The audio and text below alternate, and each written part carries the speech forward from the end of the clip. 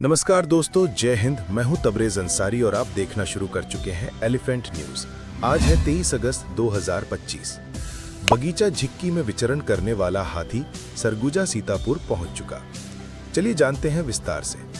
Sitapur range update. बगीचा one परिक्षेत्र का हाथी अब सीतापुर रेंज में पहुंच चुका है। यह हाथी एरांड से होते हुए ललितपुर पार कर इस समय पेटला बीट के शिवनाथपुर के आसपास के जंगलों में विचरण कर रहा है।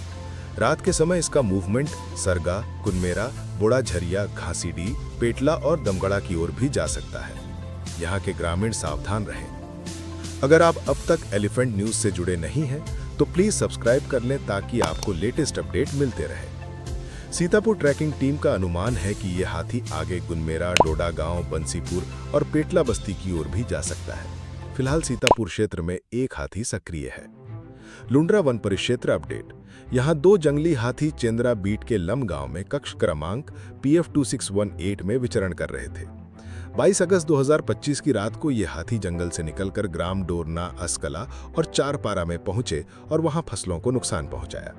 इसके बाद ये फिर से लमगांव बीट कक्ष क्रमांक PF2618 के अंतर्गत ग्राम अस्कला तानागढ़ यानी जलजली के पास देखे गए। संभावित दिशा। वन विभाग ने चेतावनी जारी की है कि लुंड्रा के हाथी आगे इन रास्तों से बढ़ सकते हैं।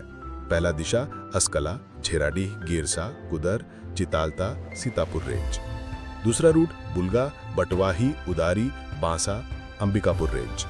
तीसरा रूट दोरना, ढड़गांव, करांकी, खालपोड़ी, सेमरडी, सखोली, बलरामपुर क्षेत्र। जशपुर अपडेट। पत्थलगांव यहाँ इस समय 3 हाथियों का झुंड रेड़े जंगल में मौजूद है।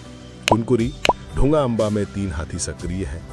इनके मूवमेंट से मयूर चुंडी, श्री टोली और लोटापानी गांव प्रभावित हो सकते हैं। संभावना है कि ये झुंड दुलदुला के बाकुना जंगल की ओर बढ़े। धर्मजयगढ़, आमगांव राइस मिल में बीती रात एक हाथी 3 बार पहुंचा। धान के बड़े स्टोर की गंध ने हाथी को आकर्षित किया, लेकिन पक्की दीवार तोड़ नहीं पाया। हालांकि बाउंड्री वॉल को नुकसान जरूर हुआ। मौजूद वन कर्मियों ने हाथी को सुरक्षित तरीके से जंगल की ओर भगा दिया। विशेषज्ञों का मानना है कि राइस मिल में धान का जो तीखा सुगंध फैलता है वही हाथियों को अपनी ओर आकर्षित करता है, क्योंकि हाथियों को प्रतिदिन औसतन 150 से 200 किलो तक भोजन और बड़ी मात्रा में पानी की आवश्यकता होती है। अगर उन्हें समय पर पर्याप्त भोजन नहीं मिलता तो वे बड़ी बड़ी जगहों जैसे खेत, बाड़ी या गोदाम की ओर बढ़ते हैं ताकि आसानी से अपनी भूख मिटा सके। वन विभाग की टीम लगातार स्थिति पर नजर बनाए हुए है और लोगों से अपील की है कि सतर्क रहें, समूह में रहें और हाथियों के रास्ते में जाने से बचें। सुरक्षित दूरी बनाए रखना ही सबसे बड़ा बचाव।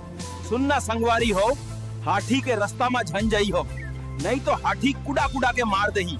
सावधानी रखा हो। बात तो सही है। ये भगवान क्या जुल्म है। ग्रामीणों के लिए चेतावनी। बीट से लगे गांवों में वन विभाग द्वारा लगातार प्रचार प्रसार किया जा रहा है। ग्रामीणों से अपील है कि मवेशी चराने, जलाऊ लकड़ी या पुटु खुखड़ी लेने जंगल की ओर ना जाएं।